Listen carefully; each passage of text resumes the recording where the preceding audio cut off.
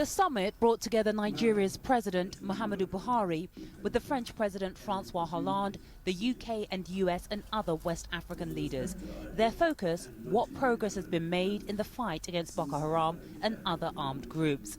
The summit also aimed to address how to deal with the humanitarian fallout and the root causes of the violence. While Presidents Buhari and Hollande said Boko Haram had been significantly diminished, the two agreed the group still poses a threat.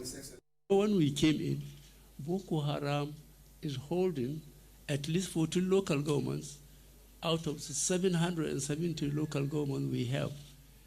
And they have forced their flag and they call the place a caliphate. Which kind of caliphate they didn't say, but they call it a caliphate.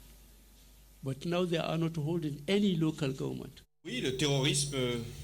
Terrorism is feeding all the weaknesses of the financial system. We therefore have to fight corruption, the underground economy, as well as tax havens. Nigeria asked for financial help to resettle those who've been displaced and to rehabilitate people.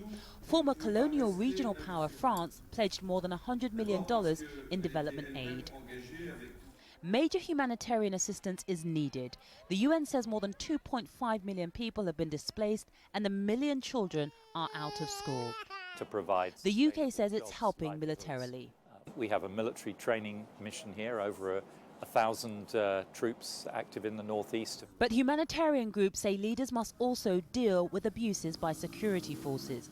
Amnesty International says thousands of men, women and children are being falsely held, starved and tortured in military detention. It's important to look at the long-term solution, which is really good governance. How do you eliminate poverty? How do you eliminate the fuel that provides the insurgency?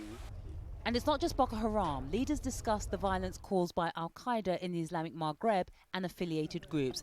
Dozens of people have been killed in attacks in Ivory Coast, Burkina Faso and Niger in recent months. The impact of this regional security meeting may take time to filter through to the millions of people affected by armed groups. But the leaders here know if they can reduce or stop the violence and people can return home, this summit and meetings like it may be judged a success. Yvonne Ndege, Al Jazeera, Abuja, Nigeria.